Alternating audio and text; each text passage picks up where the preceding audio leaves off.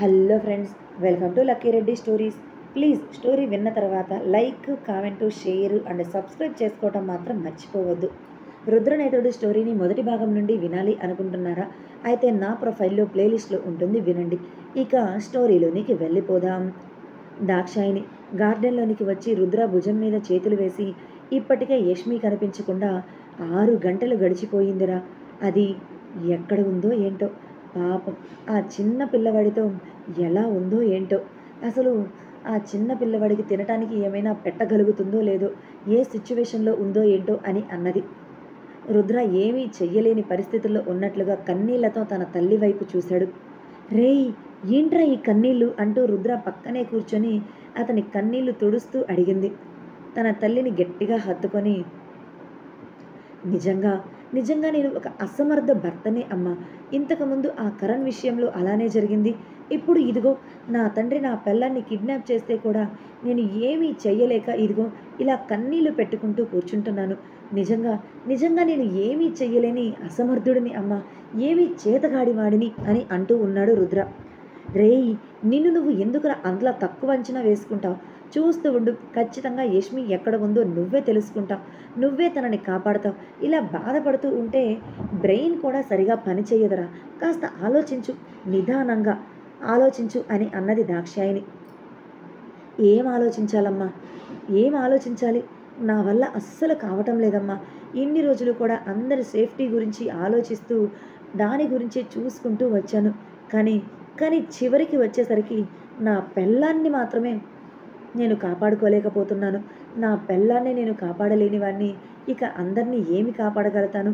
నిజంగా నాకు చాలా అసహ్యం వేస్తుందమ్మా నా మీద నాకే అని అన్నాడు రుద్ర. రేయ్, ఏంట్రా ఈ పిచ్చి మాటలు? నువ్వేనా ఇలా మాట్లాడుతుంది? ఇక అక్కడ యష్మి ఎంత భయపడుతూ ఉంటుందో. కాస్త ధైర్యం చేసుకోరా, ఆలోచించు, ఖచ్చితంగా నీకు ఏదో ఒక ఐడియా వస్తుంది అని అన్నది దాక్షాయిని. రుద్ర ఏమీ మాట్లాడలేక బేలగా తన తల్లి వైపు చూశాడు.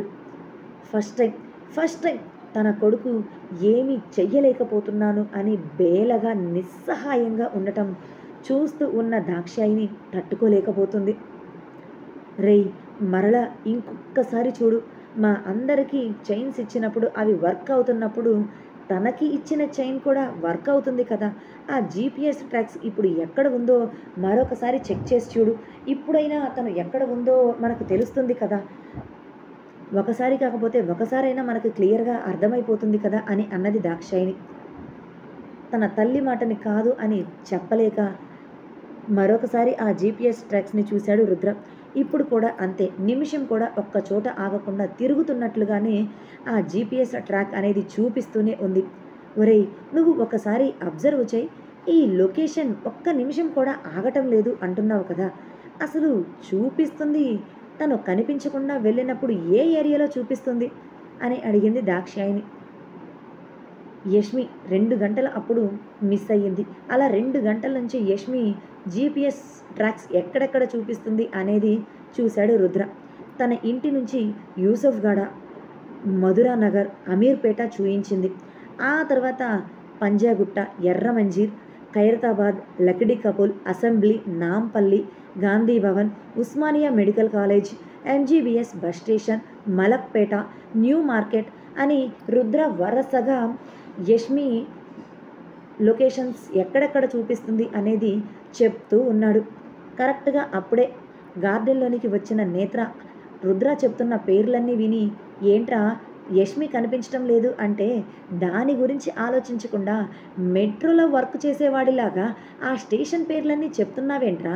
నీకు మైండ్ కానీ దొబ్బిందా ఏంటి అని అడిగాడు.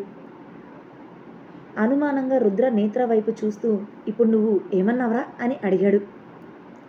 నేనేమన్నాన్రా, నువ్వు చెప్పే పేర్లన్నీ మెట్రో స్టేషన్ ఆగేవి కదా అని నేత్ర అనటంతో, అంటే యష్మి మెడలో ఉన్న చైన్ తీసుకుని ఎవరో ఒక వ్యక్తి ఖచ్చితంగా మెట్రోలో జర్నీ చేస్తున్నారు. అందుకే మనం యష్మి గురించి వెతుకుతుంటే యష్మి దొరకటం లేదు, కానీ తను ఎక్కడ తిరుగుతుంది అనేది మాత్రం ఆ చైన్ ద్వారా మనకు తెలుస్తుంది. అలా మనం రాంగ్ రూట్లో యష్మి గురించి ట్రై చేస్తున్నాం అని అన్నాడు.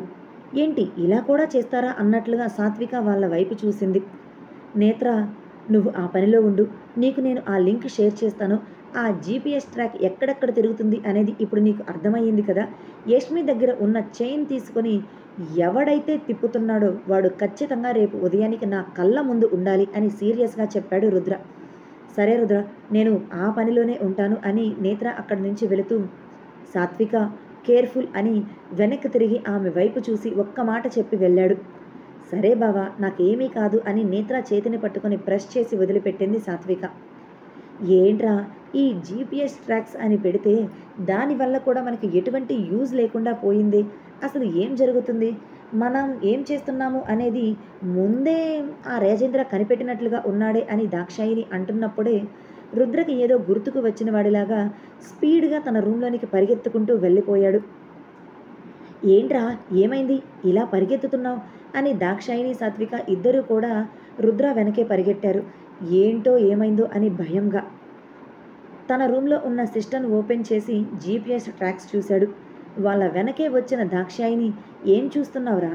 ఇప్పుడే కదా మనం ఆ ట్రాక్స్ అన్నీ కూడా చూసింది. యష్మి ఎక్కడ ఉందో తెలియటం లేదు అని తెలిసింది. మెట్రో ట్రైన్‌లో తిరుగుతున్నారు ఆ చైన్ తీసుకొని. మనకి యష్మి ఎక్కడ ఉందో తెలియకూడదు అని ఇలా చేస్తున్నారు అని అర్థమైంది కదా! మరలా నువ్వు చూస్తున్న జీపీఎస్ ట్రాక్స్ ఎవరిది? ఎవరి జీపీఎస్ ట్రాక్స్ ఓపెన్ చేసి చూస్తున్నావు?" అని అడిగింది. అమ్మా, ఇది కూడా యష్మిది. నేను మరొక జీపీఎస్ ట్రాక్ అంటించిన వడ్రానం తనకు పెట్టాను. తనని ఎట్టి పరిస్థితుల్లోనూ తీయొద్దు అని చెప్పాను. తను కూడా అప్పుడు సరే అని చెప్పింది. అదీ కాక ఈరోజు రేష్మ పెళ్ళి. కాబట్టి తను శారీ కట్టుకుంది. దాని మీద కూడా తను నేను ఇచ్చిన వడ్రానమే పెట్టుకుంది. అది కూడా చాలా సింపుల్‌గా ఉంటుంది. కానీ అందులో జీపీఎస్ ట్రాక్స్ ఉంటుంది అని నేను యష్మికి కూడా చెప్పలేదు. దానికి కూడా ఈ విషయం తెలియదు అని అన్నాడు రుద్ర. ఏం మాట్లాడుతున్నావురా? నువ్వు మాట్లాడేది నాకేమీ అర్థం కావటం లేదే అని దాక్షాయిని అంటుంటే, అమ్మా, ఇప్పటి వరకు ఆ చైన్ మాత్రమే గుర్తుంది. ఈ హీప్ చైన్ అసలు నాకు గుర్తే లేదు. మన అందరికంటే కూడా ఎక్కువ థ్రెట్ యష్మికే ఉంది అని నాకు తెలుసు. కానీ అది ఈ రకంగా ఉంటుంది అని నేను అస్సలు ఊహించలేదు. నిజంగా రాజేంద్ర ఇలా ప్లాన్ చేస్తాడు అని నేను తెలుసుకోలేకపోయానమ్మా అని బాధగా అంటూనే 2 గంటల తర్వాత యష్మి ఎక్కడికి వెళ్ళింది, తనని ఏ రూట్లో తీసుకొని వెళ్ళారు అనేది చూశాడు రుద్ర. తను ఇంటి నుంచి డైరెక్ట్‌గా చార్మినార్ దగ్గరకు యష్మి వెళ్ళినట్లుగా ఈ జీపీఎస్ చూపించటంతో, అంటే ఇప్పుడు యష్మి చార్మినార్ దగ్గర ఉంది. అక్కడి నుంచి దానిని వేరే ఎక్కడికో తీసుకొని వెళ్ళాలి అని ప్లాన్ చేస్తున్నారు అని అన్నాడు రుద్ర. అక్కడి నుంచి ఎక్కడికి తీసుకొని వెళ్తారా? మ్యాక్సిమం ఇదిగో ఈ బలివ్వటాలు ఇవన్నీ కూడా అడవుల్లోనే చేస్తూ ఉంటారు కదా! ఈ హైదరాబాద్‌లో చుట్టుపక్కల అడవులు ఎక్కడ ఉన్నాయిరా? ఉంటే గింటే ఆ వికారాబాద్ అడవులు మాత్రమే కదా ఉన్నాయి. అంటే అక్కడికే యష్మిని తీసుకొని వెళ్ళటానికి ప్లాన్ చేశారా? అని అనుమానంగా అన్నది దాక్షాయిని. ఏమో అమ్మా, నాకు అదే తెలియటం లేదు అని రుద్ర అన్నాడు.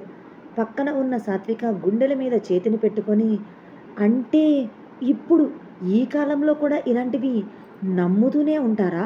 ఇంతకు ముందు కూడా నాకు ఇదే డౌట్ వచ్చి మామయ్యను అడిగితే పిచ్చి పిచ్చి మూఢనమ్మకాలు ఉన్నవాళ్ళు మాత్రమే ఇదిగో ఇలాంటివి నమ్ముతూ ఉంటారు. నార్మల్‌గా ఎవరు కూడా ఈ కాలంలో పట్టించుకోరు అని అన్నాడు అని తన మామయ్య తనతో చెప్పిన విషయం వాళ్ళతో చెప్పింది. అయినా నువ్వు ఇలాంటి విషయం గురించి మీ మామయ్య నువ్వెందుకు అడిగావే అని డౌట్‌గా అడిగాడు రుద్ర. అది బావా, మొన్న ఒక మధ్య ఒక సినిమా చూసా బావా. అందులో కూడా ఇలాగే సేమ్ చిన్న పిల్లల్ని పెళ్లి చేసుకుంటే రాజకీయాల్లో హై పొజిషన్‌కి వెళ్తారు, సీఎం అవుతారు అని ఎవరో పిచ్చి మాంత్రికుడు చెప్పాడు అని అలాంటి పని చేస్తుంటేనే నాకు డౌట్ వచ్చింది. నిజంగా జరుగుతాయా అని. అదే డౌట్ మామయ్యను అడిగితే అప్పుడు మామయ్య కూడా పల్లెటూరులో ఇప్పుడు జరుగుతున్నాయేమో కానీ సిటీలో అయితే ఇలాంటివి జరగటం లేదులే. అందరూ ఎడ్యుకేటెడ్ పీపుల్ కదా ఉండేది అని అన్నారు. రుద్ర విరక్తిగా నవ్వుతూ, సిటీలో లేవు అని మనం అనుకుంటాం. అంతే. జరగవలసినవి సిటీ, పల్లెటూరు అని తేడా ఉండదు. అన్ని చోట్ల జరుగుతూనే ఉంటాయి అని అన్నాడు. అయితే ఇప్పుడు ఏం చేద్దాం బావా? యష్మి చార్మినార్ దగ్గర ఉంది అని తెలిసింది కదా! మనం అక్కడికి వెళ్దామా? అని అన్నది సాత్విక. ఏదో ఆలోచిస్తూ ఉన్న రుద్ర, లేదు, ఇప్పుడు మనం చార్మినార్ దగ్గరకి వెళ్ళటం లేదు అని అన్నాడు. అదేంట్రా అలా మాట్లాడుతున్నావు? ఇప్పటి వరకంటే మనకు యష్మి ఎక్కడ ఉందో తెలియదు. కాబట్టి మనం ఆలోచిస్తూ టైం వేస్ట్ చేశాం. కానీ ఇప్పుడు అది ఎక్కడ ఉందో తెలిసింది కదా! మనం లేట్ చేసే ఒక్కొక్క క్షణం కూడా యష్మి ప్రాణాలకే ప్రమాదం కదా! అటువంటిది ఇప్పుడు మనం యష్మి దగ్గరకు వెళ్ళకుండా, తనని కాపాడకుండా ఇలా ఉండటం ఏంటి? అని అయోమయంగా అడిగాడు దాక్షాయిని. నాకు యష్మి ప్రాణాలు ఎంత ముఖ్యమో రాజేంద్ర పతనం కూడా అంతే ముఖ్యం అని సీరియస్గా చెప్పి, ఒక్క 5 నిమిషాలు నన్ను డిస్టర్బ్ చెయ్యకుండా మీరు బయటకు వెళ్ళండి అని అన్నాడు. అది కాదురా అని దాక్షాయిని అంటుంటే, అమ్మా ప్లీజ్ నేను చెప్పిన మాట మీరు వినండి. ఎలాగైనా సరే తెల్లవారేసరికి యష్మిని మన ఇంటికి నేను తీసుకొని వస్తాను. దాని గురించి మీరేమీ కంగారు పడద్దు. ఖచ్చితంగా అది సేఫ్గానే ఉంటుంది. దానికి ఏమీ కాదు. దానికి ఏమీ జరగకుండా ఇంటికి తీసుకొని వచ్చే బాధ్యత నాది అని రుద్ర కాన్ఫిడెంట్గా చెప్పాడు. ఇక నేత్ర, సాత్విక, దాక్షాయిని ముగ్గురు కూడా సరే బీ కేర్ఫుల్ అని చెప్పి రుద్ర రూమ్లో నుంచి బయటకు వచ్చాడు. నువ్వు వెళ్ళిన పని ఏమైంది అని నేత్రని దాక్షాయిని అడిగితే, అదే పనిలో ఉన్నారమ్మా అని తన వాళ్లకు చెప్పిన పనిని చెప్పాడు. రుద్ర బాల్కనీలో నిలబడి రైలింగ్కి 2 చేతులు గట్టిగా పట్టుకొని కళ్ళు మూసుకున్నాడు. తన కళ్ళ ముందు నవ్వుతూ ఉన్న యష్మి, తన కొడుకు యశ్వంత్ ఇద్దరి కనిపించటంతో కళ్ళు తెరిచి చూశాడు. 10 నిమిషాలు ఆలోచించాడు. అప్పుడు తన మైండ్ కొంచెం ఫ్రీ అయినట్లుగా అనిపించింది. ఇప్పటి వరకు తన మైండ్ అంతా యష్మి కనిపించటం లేదు. ఎక్కడికి వెళ్ళింది? రాజేంద్రనే కిడ్నాప్ చేశాడా? లేదంటే వేరే ఏదైనా జరిగిందా? తన జీపీఎస్ ట్రాక్ చేస్తున్నా కూడా ఎందుకు కనిపించటం లేదు అనే ఒక రకమైన టెన్షన్లోనే ఉన్నాడు. ఇప్పుడు తను వాటన్నిటికీ కూడా సమాధానం దొరకటం కాస్త రిలీఫ్గా ఫీల్ అయ్యాడు. ఏంటమ్మా రుద్ర అలా మాట్లాడుతున్నాడు? మనం ఇప్పుడు యష్మి దగ్గరకు త్వరగా వెళ్తేనే కదా యష్మిని కాపాడుకోగలం. కానీ రుద్రనేమో వద్దు అని చెప్తున్నాడు. మ్యాక్సిమం ఇవన్నీ కూడా అర్ధరాత్రి టైంలో చేస్తారు. ఇప్పుడు టైం 7, ఇక మహా అయితే 5 గంటల టైం ఉంది. ఈ 5 గంటల్లో మనం త్వరగా యష్మిని చేరుకోవాలి కదా! కానీ వీడేంటి అవి ఏమీ పట్టించుకోకుండా నన్ను ఒంటరిగా వదిలేయండి, నేనే యష్మిని తీసుకొని వస్తాను అని అంటాడు. రూమ్లోనే ఉంటే యష్మి దానంతట అదే వీడి దగ్గరకు వచ్చి వీడి ముందు వచ్చి నిలబడుతుందా ఏంటి? అదేమైనా మాయలు మంత్రాలు నేర్చుకొని వచ్చి వీడి ముందు నిలబడుతుందా అని సీరియస్ అయ్యాడు నేత్ర. బావా ఎందుకు ఇప్పుడు అలా కోపడుతున్నావు? ఇప్పటి వరకు యష్మి ఎక్కడ ఉంది అనేది మనకు తెలియలేదు. ఇప్పుడు తను చార్మినార్ దగ్గర ఉంది. అలానే అక్కడికి ఎందుకు తీసుకొని వెళ్ళారు, అక్కడి నుంచి ఎక్కడికి తీసుకొని వెళ్తారు అనేది కూడా మనకి ఒక ఐడియా వచ్చింది కదా! దాని గురించి బావ ఏదో ఆలోచిస్తూ మనల్ని రూమ్ నుంచి బయటకు వెళ్ళమని చెప్పి ఉంటాడు. దానికే యష్మిని కాపాడకుండా రూమ్లో ఒంటరిగా ఉంటాడా ఏంటి? కాస్త బావకు కూడా పీస్ ఆఫ్ మైండ్ కావాలి కదా! ఇప్పటి వరకు టెన్షన్తో ఉన్నాడు. కాస్త రిలాక్స్ అయితే మంచి ఐడియా వస్తుందేమో, అందుకని వెళ్ళమన్నాడేమో అని అన్నది సాత్విక. ఏమోనే, మీ బావ మరదలు ఇద్దరు ఏం మాట్లాడతారు అనేది మీకే అర్థం కాదు. ఎలాగోలా యష్మిని త్వరగా ఇంటికి తీసుకొని వస్తే తప్ప నాకు కాళ్ళు చేతులు ఆడవు అని అన్నాడు నేత్ర. దాక్షాయిని వాళ్ళిద్దరి మాటలు వింటుంది తప్ప ఏమీ మాట్లాడటం లేదు. కరెక్ట్గా 7 గంటల 15 నిమిషాలకి రుద్ర తన రూమ్లో నుంచి కిందకు వచ్చేశాడు. చాలా టిప్ టాప్గా వైట్ కలర్ టీషర్ట్, అలానే కింద వైట్ కలర్ ప్యాంట్ వేసుకొని రాజకీయ నాయకుడిలా పైనుంచి కిందకు దిగి వస్తున్న రుద్రని చూసిన ముగ్గురికి కూడా చాలా ఆశ్చర్యంగా అనిపించింది. అదే ఆశ్చర్యంతో నోరు తెరుచుకొని మరి చూస్తూ ఉండిపోయారు. ఇప్పుడు ఉన్నట్టుండి రుద్ర ఇలా వైట్ కలర్ డ్రెస్లోకి ఎందుకు మారిపోయాడు? ఇలా మారిపోవడానికి కారణం ఏంటి అని అనుకుంటూ, ఏంట్రా ఇది అక్కడ యష్మి కనిపించడం లేదు అంటే నువ్వేంటో శాంతి కబోదులా వైట్ డ్రెస్ వేసుకొని వచ్చావు, అసలు నీ ఉద్దేశం ఏంట్రా అని అడిగాడు నేత్ర. నేత్ర కూల్ రా, కూల్. ఎప్పుడు నువ్వు కూల్గా ఉంటావు, కానీ ఇప్పుడు ఏంటి ఇలా హైపర్ అయిపోతున్నావు? ఇలా హైపర్ అయితే చాలా కష్టం రా, కాస్త కూల్గా ఉండు అని అక్కడ ఏమీ జరగలేదు అన్నట్లుగానే మాట్లాడాడు రుద్ర. ఏంట్రా కూల్ అక్కడ అంత బీభత్సం జరిగిపోతుంటే నువ్వు కూల్ అంటే కూల్ అయిపోతారా? పాపం యష్మి అక్కడ బాబుని పెట్టుకొని ఎలా ఉందో ఏంటో. అది ఏమీ పట్టించుకోకుండా నువ్వు ఇలా కూల్ అంటావేంట్రా కూల్, ఏదో ఐస్ క్రీమ్ తింటున్నట్లుగా అని అన్నాడు నేత్ర. రేయ్, అక్కడ నా పెళ్ళాం ఏడుస్తూ ఉంది అని నీకు తెలుసా?